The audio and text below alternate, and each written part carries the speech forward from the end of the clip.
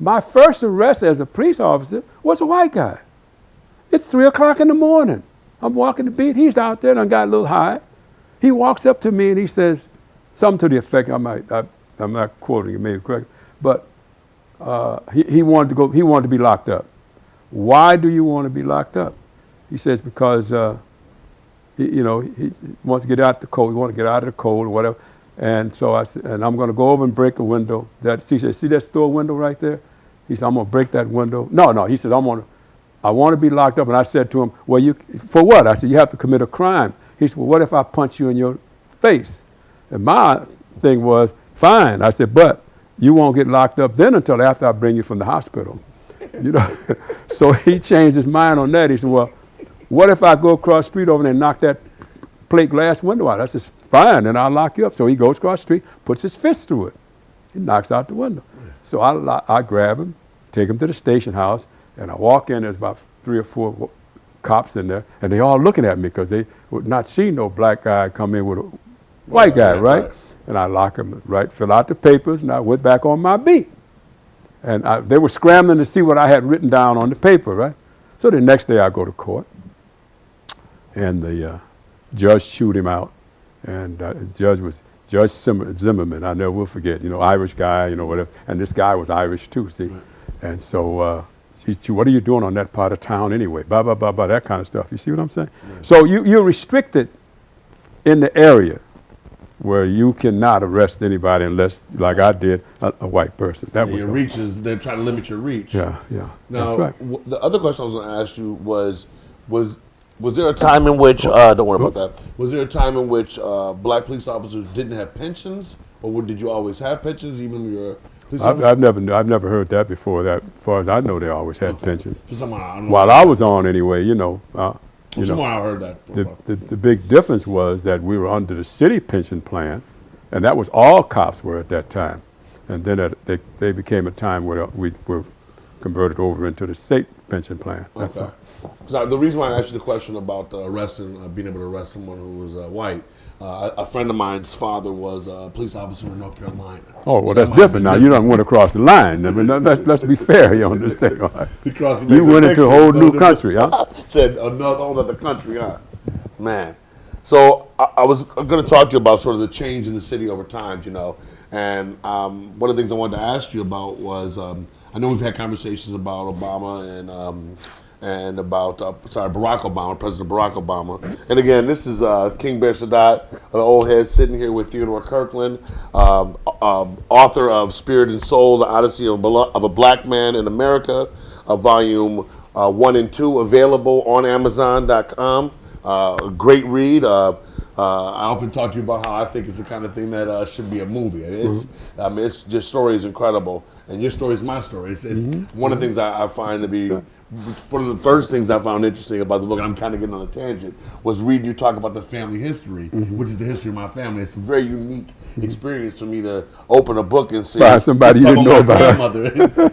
This is too much. Yeah. But I wanted to ask you about what was it like. What do you remember about Buffalo under the Griffin administration? I specifically asked you that because I know that Jimmy Griffin, for a lot of people in Buffalo, is a sacred cow. People look at him as this great hero. And one of the things I remember about Jimmy Griffin, or at least my understanding as a young man, was how how racist or prejudiced he was in my mind. And when I look at the statue of him outside of the ballpark, I'm just like, this is a statue celebrating a man who I don't know what good things he did or did not do. I can't speak to that. But the things I do know is that he has a history of hatred. And I just wanted to ask you, as someone who lived in that time, what you remember about the Griffin administration or Buffalo at that time? Well, it's kind of difficult for me to Jimmy Griffin was from South Buffalo too. Yes, sir. And when we would show up on a program or something in the black community, or whatever, wherever we were, black community, and we had to speak, he would be a speaker, I'd be a speaker. And if he spoke before me, he'd say, be careful. Ted Kirkland is not from the east side. He's from the west. He's from the South Buffalo, And he'd put that. I never saw Jimmy Griffin as a racist. Jimmy was the first politician. And I was walking South Park Avenue at that point, and on the beat. And white guy runs up to me and he says, listen, the senator would like to see you. I said, Senator who? He says, Senator Griffin. And I said, well, where is he? He says, down there in the bar.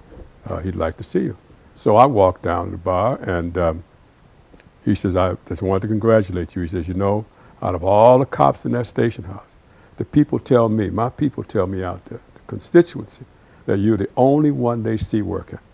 Wow. He said, and now I have sent a letter to the mayor, and I've sent one to the news media, letting them know that.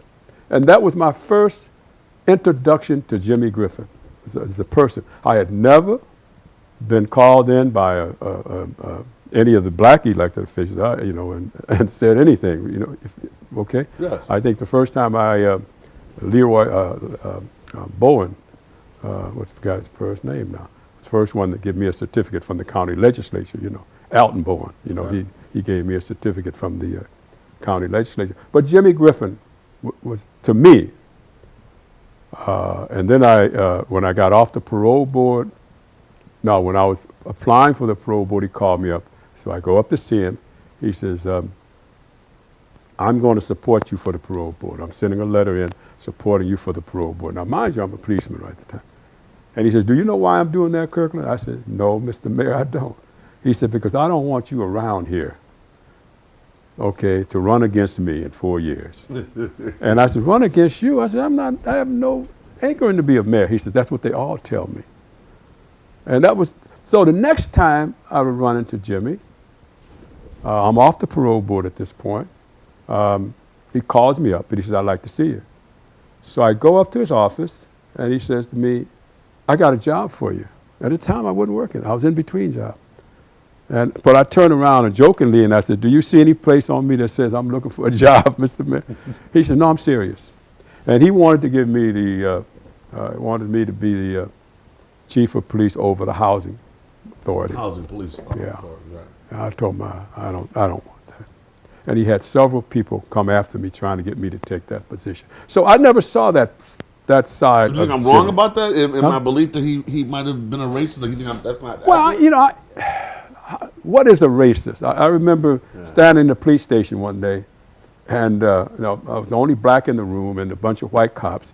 And one cop and I got into an argument, and he yelled out, "You're nothing but a damn racist anyway." And I said, "Well, maybe I am." I said, "But define it for me." And he was the most embarrassed person in that room, that he would call me something, but yet he could not define it, and everybody looked at him. You see what I'm saying? Yes, sir, I did. Okay. So I think if I can speak on Jimmy's role and my role, politics is something we have yet to learn. I mean, seriously. I know. Politics is more than just a kid's game, and of course, if Jimmy is the mayor, you look for him to divvy out more resources to his community. If you understand that, then don't call him a racist because he's looking out for his people. But I'm going to tell you what Jimmy did. Jimmy had more blacks in management positions than Masiello, who came behind him. Wow. And I said that on radio one day, and George K. Arthur was on there with me. He had to acknowledge that there were more blacks in top positions on Jimmy Griffin's team than anybody. And that was something I said on my radio show, but nobody else was saying it.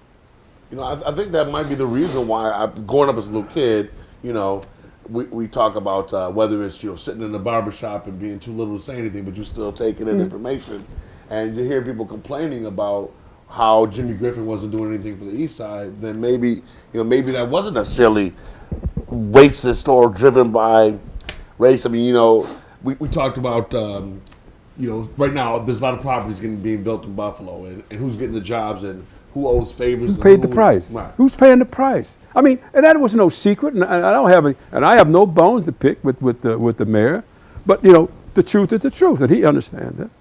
We did not put the mayor in office, and we did not come up with the mayor. See, there was a group of white men who had $1 million to make the first black man mayor of Buffalo, New York. I got the phone call from Vince Sorrentino, who was chairman of the Democratic Party at the time. And he says, Byron Brown would be your first black mayor. And I said, really? You're picking him already? I mean, this is like 5 or 6 years before he was ever announced.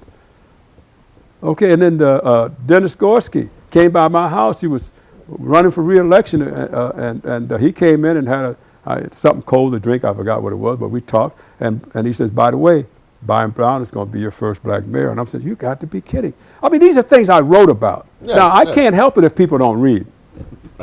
Now, am I right or wrong? I mean, I can't help that. Now, that's off into another field. Now, why could they say that? Bernie Talbot, who was the head of the FBI here in Buffalo, New York, said to me later that they also came to him and interviewed him.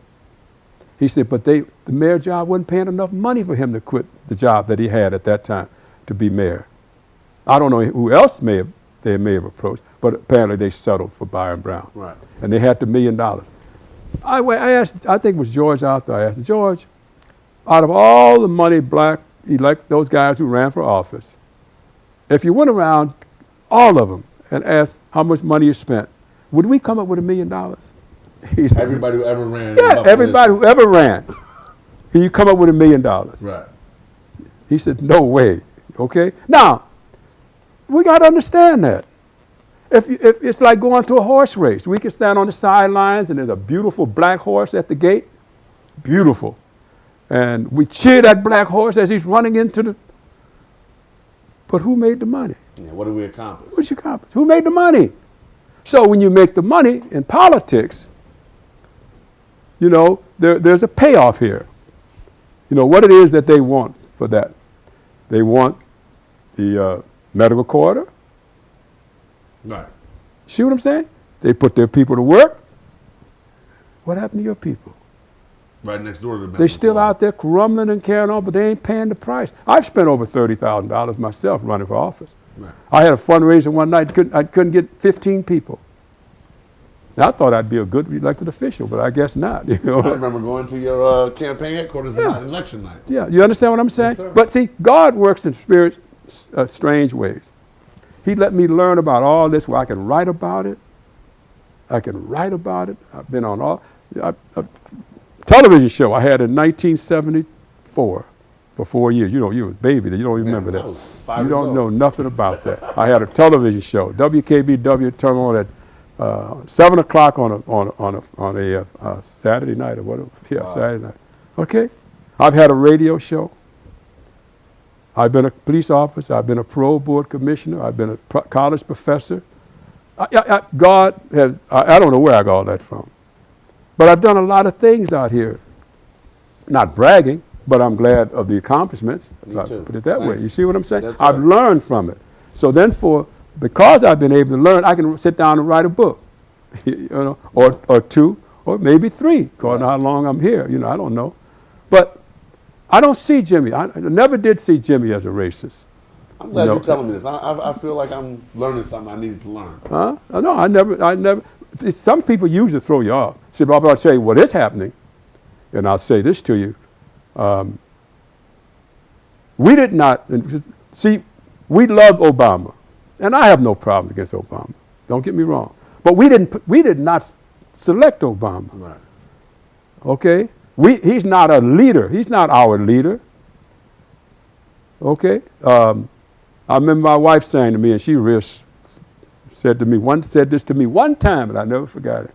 She was talking, she said, listen, Byron Brown did not run to be a leader of black people. He ran to be mayor. Right. And that's the point you got to always remember. Okay? Right. And that's why I tell people, he wanted to be mayor. He wasn't running to be your leader. Your leaders, let me tell you who ran to be your leaders. Jesse, Sharpton, and they're both millionaires today.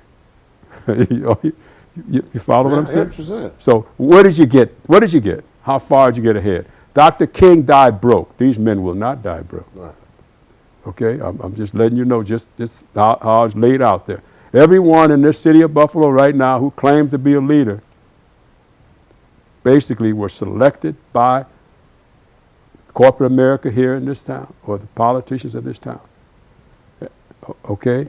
And that's why one of the things that there's so many churches. I understand that there's somewhere in the neighborhood of 287 black churches. That's what it was 3-4 years ago. Minister gave me this figure, right? Okay. Why is there so many churches and very few businesses?